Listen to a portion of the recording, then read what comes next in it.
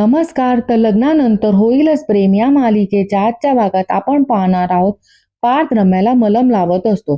तेव्हा रम्या मनातल्या मनात खुश होऊन बोलते की वा वा वा वा, व्रतवैकल्य करून सुद्धा मिळालं नसतं ते सुख न मागताच मिळतंय मला. I really love you Parth. Parth बोलतो काय म्हणालीस? रम्या बोलते कुठे काय. तेव्हा तिथे मानिनी पाणी घेऊन येते आणि पार्थला बोलते की एवढा वेळ नसतं लावायचं ते ऑइंटमेंट. रम्याला बोलते काय ग, दर वेळेला तू पडायचं आणि याने सावरायचं तुला. तेव्हा रम्या अडखळतच बोलते ते मी तिथे चुकून. तेव्हा मानिनी पार्थला विचारते बोल रे, काय म्हणत होतास तू? पार्थ बोलतो की आई मला. तितक्यात रम्या ओरडते आई ग, आई ग. पार्थ बोलतो अजून दुखतंय? रम्या बोलते हो ना, खूप दुखते. अरे मी खरं तर कामासाठी आले होते. आता परत वर जावं लागेल. माझा लॅपटॉप वरती आहे, परत खाली. यावर पार्थ बोलतो की माझा लॅपटॉप आहे, त्याच्यावर काम कर. रम्या बोलते हो चालेल आणि दुखण्याचं नाटक करते.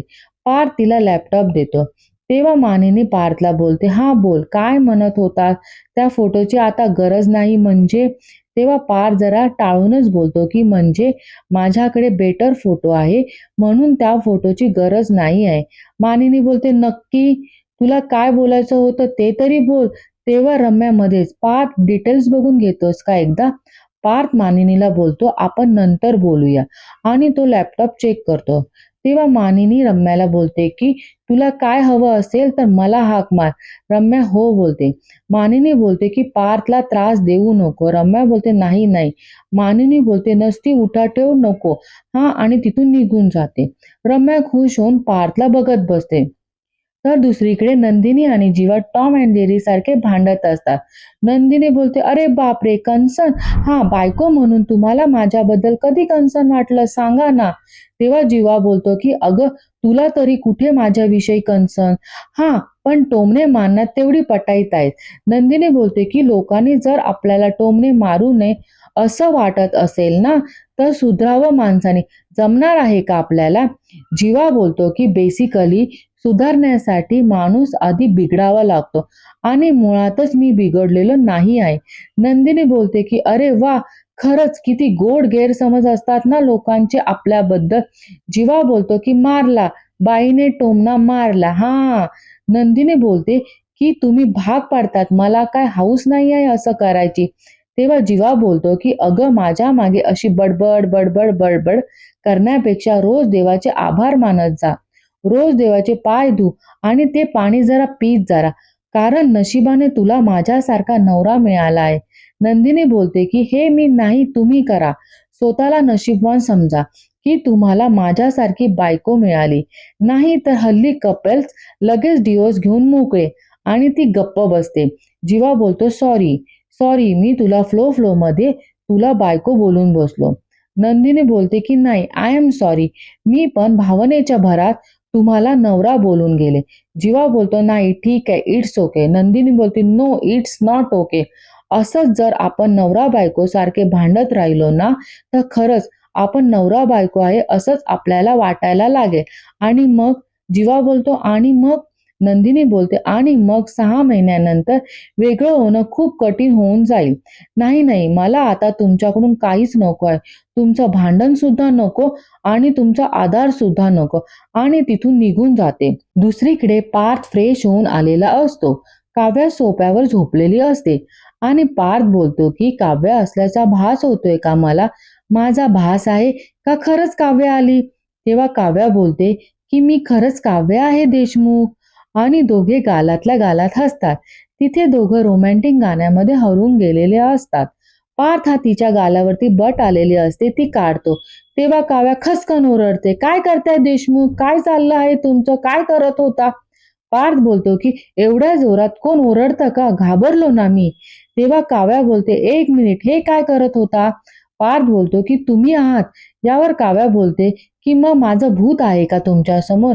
काय होतंय तुम्हाला? पार्थला विश्वासच बसत नाही. तो बोलतो खरंच तुम्ही आलात? कधी आला तुम्ही?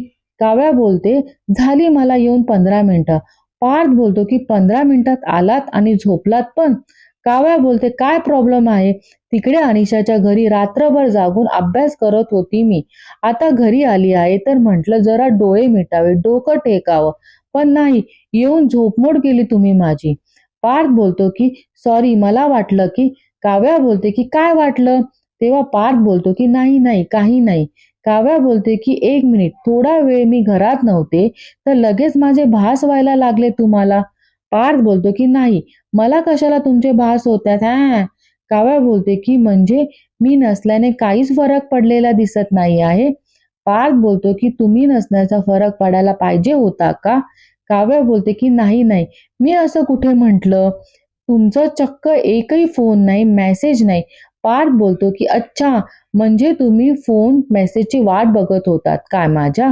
काव्या बोलते नाही नाही. पार्थ बोलतो मग? काव्या बोलते तसं नाही. पार्थ बोलतो मग कसं? काव्या बोलते की तिकडे अनिशाच्या घरी अभ्यास करत होती ना आम्ही, म्हणजे शांतता होती जरा. देशमुख, तुमच्या केव्हाची सवय लागली आहे मला. पार्थ बोलतो की सवय फार वाईट गोष्ट आहे. एखाद्या व्यक्तीची सवय लागली ना की सवय व्यसन होते, असं माझी आई म्हणते. आणि मला तुमची आणि तुम्हाला माझी सवय व्हायला नको. नाही तर 6 महिन्यानंतर अवघड जाईल आपल्याला. काव्या बोलते 6 महिने? पार्थ बोलतो की आपण डिव्होर्स फाईल केली आहे ते विसरलात? काव्या बोलते ती काय विसरण्याची गोष्ट नाही आहे. अभ्यासाच्या नादात थोडा विसर पडला इतकंच. पार्थ बोलतो की पण मी नाही विसरलो. घरच्यांना सांगून टाकायचं होतं. मला पण कधी हिंमत झाली नाही. कधी संधी मिळाली नाही. तुम्ही आला आहात तर धीर आल्यासारखा वाटतो. एनिवेज, आपण घरच्यांना सांगून टाकूयात. मोकळं होऊयात. यानंतर बॅग पण भरावी लागेल ना तुम्हाला. तर दुसरीकडे जीवा फ्रेश होऊन येतो. तेव्हा नंदिनी बोलते की किती वेळ लावला फ्रेश व्हायला? एवढा वेळ लागतो का? जीवा बोलतो की मला फ्रेश व्हायला एवढाच वेळ लागतो. आता एवढ्या दिवसात तुझ्या लक्षात आलं नाही का? नंदिनी बोलते हो, पण ज्या दिवशी घाई असते तेव्हा तरी पटापट आटपायचं ना. तेव्हा जीवा बोलतो की पटापट आटपून जायचं कुठे आपल्याला? नंदिनी बोलते म्हणजे मी एवढं सांगून सुद्धा विसरलात तुम्ही? जीवा आठवतो. तेव्हा नंदिनी बोलते की आज आपण आई बाबांना डिवोर्स बद्दल सांगायचं ठरवलं होतं ना. जीवा बोलतो हो. आय एम सॉरी, मी विसरून गेलो. जाऊयात? नंदिनी बोलते कधी?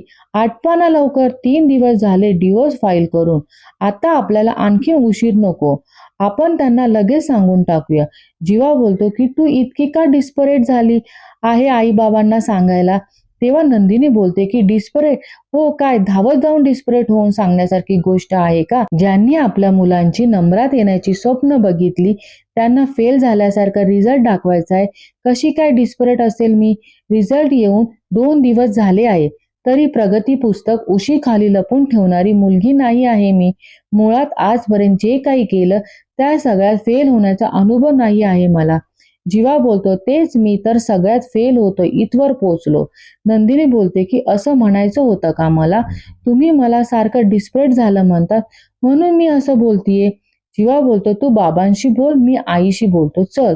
तेव्हा नंदिनी नाही नको असं बोलते. जीवा बोलतो नाही नको म्हणजे? हेच ठरलंय ना आपलं. नंदिनी बोलते हा नाही, मी काय म्हणते, तुम्ही आईशी बोलू नका डिवोर्स बद्दल. ऐकून जर त्या पॅनिक झाल्या तर मग त्यांना हँडल नाही करता येणार तुम्हाला. जीवा बोलतो की हे तू मला बोलतेस? अगं माझी आई आहे, तिला कसं हँडल करायचं याचा चांगला अनुभव आहे मला. नंदिनी बोलते हो, याआधी स्वतःच्या आईला डिवोर्स बद्दल सुद्धा कन्फेस करायचा अनुभव आहे तुम्हाला? तुम्हाला कळत नाही आहे, आपण त्यांना डिवोर्स बद्दल सांगितलं तर त्या किती पॅनिक होतील, त्या खूप डिस्टर्ब होतील आणि मग त्यांना कसं काय हँडल करणार आहो आपण. जीवा बोलतो तिला कसं सांगायचं ते मी बघेन. अगं ती जर तुझ्यावर चिडली तर तू काय करणार आहेस? नंदिनी बोलते हो, हे होऊ शकतं. त्या चिडू शकतात आणि जर त्या चिडल्या मग त्यांना शांत करणं खूप कठीण आहे. नाही नाही, नको. जे ठरलं आहे ना तसंच करूया. तुम्ही आईशी बोला, मी बाबांशी बोलेन. जीवा बोलतो एक मिनिट, एक मिनिट, हे बघ, शांत हो. तू खूप टेन्शन घेते. आय नो, हे सांगणं सोपं नाही आहे. पण आपलं सांगायचं ठरलं आहे ना, नको टेन्शन घेऊ, चल जाऊया. दुसरीकडे मानिनी आणि विक्रम हॉलमध्ये असतात तेव्हा तिथे सगळेजण आलेले असतात. मानिनी जरा चिडूनच विक्रमशी बोलते की डिव्होर्स? हो, पण का? कशासाठी? म्हणजे दुसरा कुठलाच पर्याय उरला नव्हता का? कमाल झाली बाई पोरांची सुद्धा. अहो जरा प्रयत्न करायचा, जरा जुळून घ्यायचं. आता कुठे लग्न झालं होतं ना. कमाल झाली बाई मुलांची खरंच. विक्रम बोलतो की शेवटी त्यांच्या आयुष्याचा प्रश्न आहे ना. नसेल त्यांची इच्छा एकमेकांसोबत राहायची. मानिनी बोलते की इच्छा नसेल म्हणजे काय? जरा प्रयत्न करून बघितला आहे का यांनी? कठीण आहे बाबा खरंच. आपल्यालाच उगाचच वाटतं की मुलं जरा समजूतदार आहे म्हणजे मलाच वाटत होतं. पण नाही, पार धुळीला मिळवलंय सर्व सगळ्यांनी. खरंच आता कुठे लग्न झालं होतं आणि लगेच डिव्होर्स. विक्रम मानिनीला खूप शांत करत असतो. मानिनी रडत असते. विक्रम बोलतो की तू शांत हो. तू असा त्रास करून काय उपयोग होणार आहे का मला सांग? मानिनी बोलते, अहो त्रास होणारच ना. असं कसं म्हणताय तुम्ही? इतकी अविचारी झाली आहे का मुलं? म्हणजे घरातल्यांना, वडीलधारांना काय वाटेल याचा विचार नाही. लोक काय म्हणतील याची काळजी वाटत नाही. फक्त आणि फक्त स्वतःचाच विचार करतात. आजकाल ही मुलं. मानिनी खूप पॅनिक झाली असते.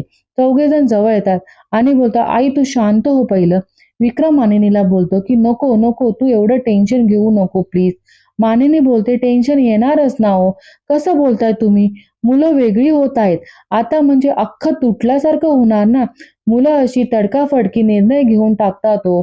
स्वतःचा विचार करून त्यावेळेला आई-वडिलांना काय वाटेल त्याचा मनाचा विचार वगैरे करतच नाही मुलं.